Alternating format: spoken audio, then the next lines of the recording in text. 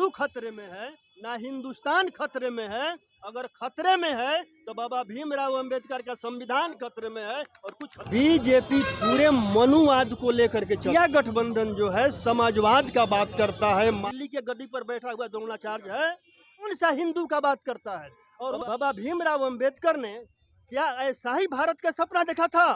महंगाई मतलब चरम सीमा पर देश कराह रहा है, लेकिन सारे देशवासी को समझना होगा और उसके मनुवादी का गुलाम हो जाएगा कोई चुनाव। हिंदू राष्ट्र में हमारे द्रौपदी मुर्मू जी का मतलब जगह है क्या? उसमें केवल मुसलमान के बच्चे पढ़ते हैं क्या?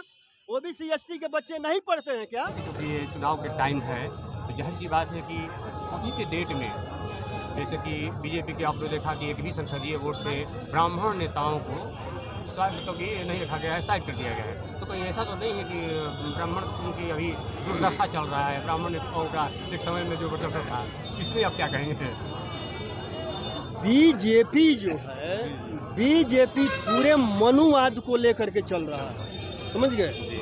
और मनुवाद जो है मतलब कि ये मनु स्मृति लाना चाह रहा है, संविधान को मिटाना चाहता है और मनु स्मृति को लागू करना चाहता है।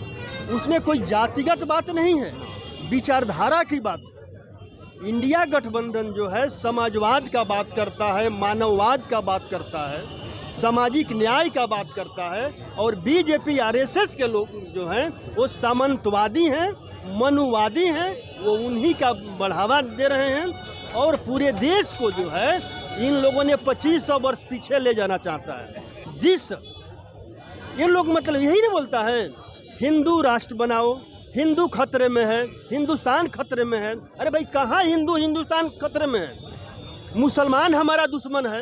मैं पूछना चाहता हूँ, जो लोग कहता है कि मुसलमान हमारा दुश्मन है, क्या ओबीसी के लिए 90 में जो मंडल आयोग का आरक्षण जो लागू हुआ था उसका विरोध करने वाला कोई एक मुसलमान था क्या? विरोध करने वाला कौन था? अपर क्लास के लोग थे। मेरा दुश्मन कौन हुआ ओबीसी एससी एसटी के लोगों का? तो ये लोग भ्रम फैला रहे हैं। अगर प्रधानमंत्री कहते हैं कि मैं ओबीसी माँ का बेटा हूँ, अरे भाई जब आप ओबीसी माँ का बेटा हैं तो आप अभी महिला बिल पास किए, उस महिलाओं को उस आरक्षण में ओबीसी के महिलाओं का आरक्षण आपने क्यों नहीं दिया? अगर आप ओबीसी माँ का बेटा हैं तो क्या आपने मंडल आयोग का रिपोर्ट 9 वर्षों में नहीं पढ़े हैं? अगर पढ़े हैं तो मंडल आयोग का 40 का 40 सिफारिश लागू कर दीजिए ओबीसी के लिए। वो नहीं करेंगे, आप करेंगे 10% आप सुदामा कोटा को आरक्षण देंगे। अब किस एंगल से ओबीसी आप हैं कि आप जितने भी प्रधानमंत्री बनने के बाद वार किए हैं आप ओबीसी और एससी एसटी के आरक्षण पर किए हैं और संविधान मिटाने की बात की है। आप एक भी काम बता दीजिए प्रधानमंत्री बनने के बाद जो ओबीसी और एससी एसटी के हित में कोई एक कानून आपने पास किया हो। सारा जो भी कानून लाया है, अभी जो नई शिक्षा नीति जी जो मतलब 2020 लाया है, क्लोजर एंड मर्जर, मतलब देश में 45,000 डिग्री कॉलेज है, उस 45,000 डिग्री कॉलेज को क्लोज और एंड मर्ज करके ये लोग 15,000 पर मतलब लाएगा। और वहाँ खुलेगा बड़े बड़े अडानी और अंबानी का यूनिवर्सिटी। क्या उस यूनिवर्सिटी में हमारे ओबीसी एससी एसटी के बच्चों का एडमिशन होगा? तो उस समय जो द्रोणाचार्य जो 2500 मतलब वर्ष पूर्व जो द्रोणाचार्य जो बैठा था वो एकलव्य का केवल अंगूठा काटा था। लेकिन आज जो दिल्ली के गद्दी पर बैठा हुआ द्रोणाचार्य है वो पूरे ओबीसी एससी एसटी के शिक्षा के क्षेत्र में बच्चों का पूरा हाथ काट चुका है, बचा नहीं है। उसी के तहत एक लाया है मतलब कि लेटरल एंट्री के तहत जो संयुक्त सचिव बना रहा है, लगभग 340 संयुक्त सचिव बनाया है। जो हमारे बच्चे यूपीएससी पास कर करके आईएएस बनते थे, प्रमोशन हो करके सचिव बनते थे, वो डायरेक्ट बना रहा है। उस 340 में एक भी ओबीसी एससी एसटी के लोग नहीं है। एक कौन सा हिंदू का बात करता है? और उस हिंदू राष्ट्र में ओबीसी और एससी एसटी का जगह कहाँ है? उस हिंदू राष्ट्र में हमारे बाबा भीमराव अंबेडकर का जगह कहाँ है? बाबा भीमराव अंबेडकर ने क्या ऐसा ही भारत का सपना देखा था? उन्होंने कहा था शिक्षा एक समान होना चाहिए, स्वास्थ्य एक समान होना चाहिए। और उच्च शिक्षा ये कितना मतलब कि महंगा कर दिया है। महंगाई मतलब चरम सीमा पर देश कराह रहा है, लेकिन इसको क्या लग रहा है? ये नरेंद्र मोदी जी का जो स्पीच हुआ है, ये लोग देश से सनातन को मिटाना चाहते हैं।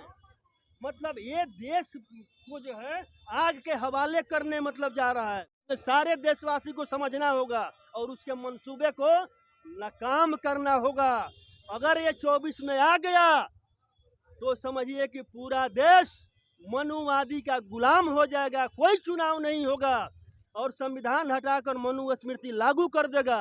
इसलिए जिन लोगों को संविधान से लाभ मिला है, सारे लोगों को एक होकर के संविधान को बचाना पड़ेगा और दिल्ली के गद्दी पर बैठे हुए मनुवादी और सामंतवादी सरकार को उखाड़ करके फेंकना होगा। इसमें नहीं बुलाना तो किस तरह का आप मत करते हैं? काहे बुलाएगा भाई आपको? उसने तो पहले ही मनुस्मृति में लिख दिया है, महिलाओं और शूद्रों को शिक्षा प्राप्त करने का अधिकार नहीं है। वो क्यों शूद्र को बुलाएगा उसमें?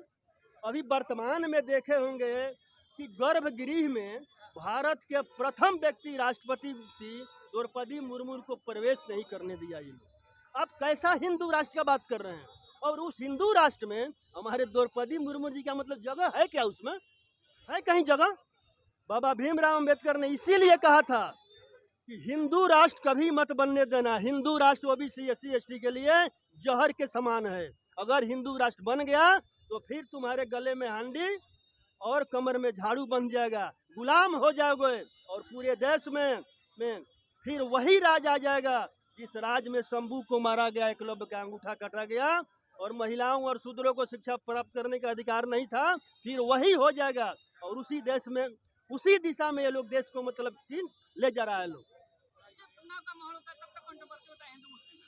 आप बताइए, क्या विद्यालय 45,000 से 15,000 लाया जाएगा?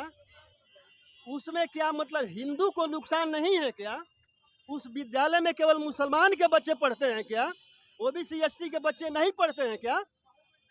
ये लोग कुछ देने वाला नहीं है। ये लोग केवल नफरत की राजनीति कर रहा है, वो नफरत फैला रहा है और इस बार हम लोग उसको नफरत फैलाने नहीं देंगे। हम जैसा कि आ रहा है माहौल की हिंदू खतरे में है, भारत के जितने भी हिंदू हैं सब खतरे में है, ये सर कैसा है?